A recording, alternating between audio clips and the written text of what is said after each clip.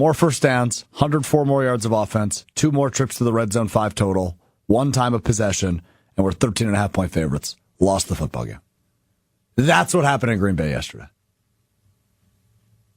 I'm still a little bit surprised by what we witnessed. Lots to get through as the Packers lose 16-13.5 to wait a week from today as they will host the Philadelphia Eagles next Monday. Hi, Joshy. What about what you saw yesterday surprised you? Because to me, I saw a team do exactly what they've done this season and for large swaths of Matt LaFleur's career as the team's head coach. Underperform. Simple mistakes, bad play calling. The thing you don't like to say, playing down to your opponents. Yes. Which, if there is ever a team to define as playing down to their opponents, it's the Green Bay Packers. And I think that's why you don't like it, because they do it so much. And it's not a good thing to say about a team, because you watch good teams play bad teams across the league. And sure, there's the odd upset, and it'll make you scratch your head. But when you look at the good teams playing the bad teams across the NFL, they usually beat them by multiple scores. They usually have the game in hand for large portions of it. They get their backups in, and you kind of just coast.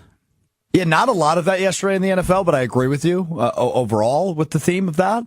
I think the reason more so I don't like to say it is because I don't know that the Packers should be considered a top 3, 4, 5 team in the NFL yet. Even after that win in Pittsburgh where we were riding high? I think you're making the terms too specific. There's good teams and there's bad teams. The Packers are clearly in the good teams, and the Carolina Panthers are clearly in the bad teams. It's that easy. And so are the Cleveland Browns. I don't think Dallas Cowboys are quite bad team. They're on the fringe. Yeah, I don't know that they're particularly a good team either. But. Right. They're the correct. definition of mid. It would be...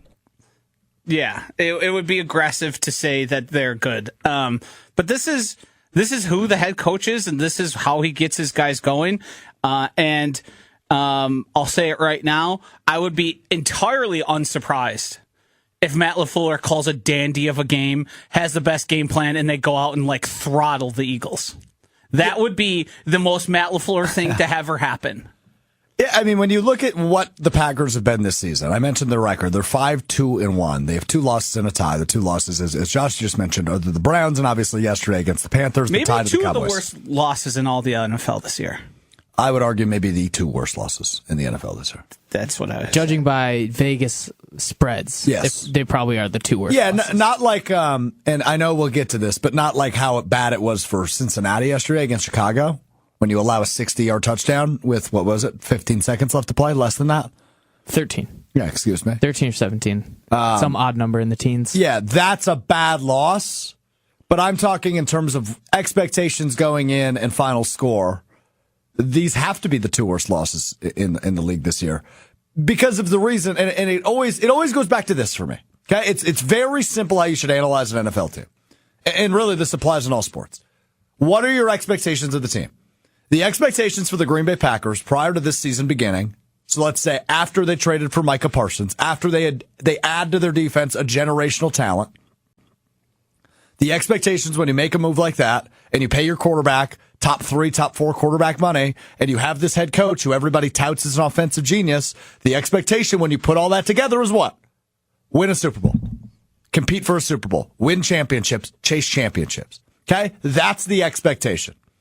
And when you are losing on the road in Cleveland, and when you're getting embarrassed on your home field, yet winning all these statistical categories that I just read off, right? You had more first downs, you had more yards, you had more trips to the red zone, you won time of possession. You were 13.5-point favorites, and you lose those football games? That's not just getting upset. That's not just losing a game that was really close and it could have broke either way. That's not what this is. This is you flat out embarrassing yourselves. This is you shouting to the NFL, hey, we're frauds. We're not as good as you think we are. That's what the Packers displayed yesterday. And obviously your ego and some of your moxie and your swagger takes a hit when one of your leaders leaves that game and now is out for the season in Tucker Kraft, which is an awful blow to this team. Tucker Kraft was on an all-pro trajectory this season. He was the best tight end in football. So yeah, that sucks. But to go back to what Joshy said, it's pretty binary. It's 1 or 0. It's black or white. The Packers supposed to be a good team. The Panthers supposed to be a bad team. You should win that football game every day of the week. And self-inflicted wounds and penalties and turnovers and bad play calling, this is not the first time we've had to address this with this team. Even in the Jordan Love era. Losing games you shouldn't because of bad play calling, self-inflicted wounds, penalties, turnovers, etc. It's the same story. And to Joshy's point, they're probably going to beat Philadelphia by 10 points next week because that's just the most on-brand Matt LaFleur recovery game imaginable in a season like this where the expectations are so high and now you've pooped the bed twice, really 3 times. I think you can call that Dallas game like that too. So that's the frustrating part for me. Yeah, I mean, it's a continuous thing with Matt LaFleur. I've been harping on it all season.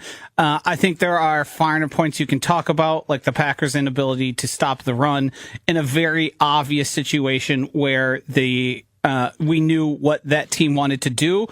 We can also talk about Matt LaFleur not stressing and not getting a team out to a lead, because playing with a lead and preventing a team to be able to sit comfortable and run the ball is a good way to take advantage. He had a quote where he said, "We knew what they were going to do and they went out and executed." Well, why'd you let them do it then? Yep. Don't let them do that. If that's what they're going to do and that's their path to victory, when they start doing it and keep doing it, do something to stop it. And how he and Jeff Hafley didn't figure that out, how Matt LaFleur hasn't figured out that the run defense is a big issue. So if you play close, if you play bad teams close, or you play good teams close, there's likely going to be a mismatch disadvantage for you. You are going to be in a spot where your team is going to struggle to get off the field. There's a lot of things that happen every single week that you can point to. 4th and 8 late in the game, 11 minutes. In case you were wondering, I ran it through the 4th down bot. The decision should have been and was analytically based on kicking a field goal. Because you had so much time left with the timeouts and an underperforming offense on the other side, there was a good case to be made for you being able to get the points there, play defense, get the ball back, and win a game. And Matt LaFleur, even though he's not as emotional outwardly this season as he was last season, he looked like he was in tears basically multiple times last season. This season, he's kept it to himself, but then he makes emotional decisions. It seemed like he was frustrated and he said, "F it, let's just do it." And that cost them the game. It's now the 4th or 5th entry into Matt LaFleur doesn't know what he's doing in the biggest pressure situations. This stuff keeps happening. And I said this, was it the Browns loss? I don't know if Matt LaFleur is the guy to win a Super Bowl. I think I'm finally there. I think he's a good head coach.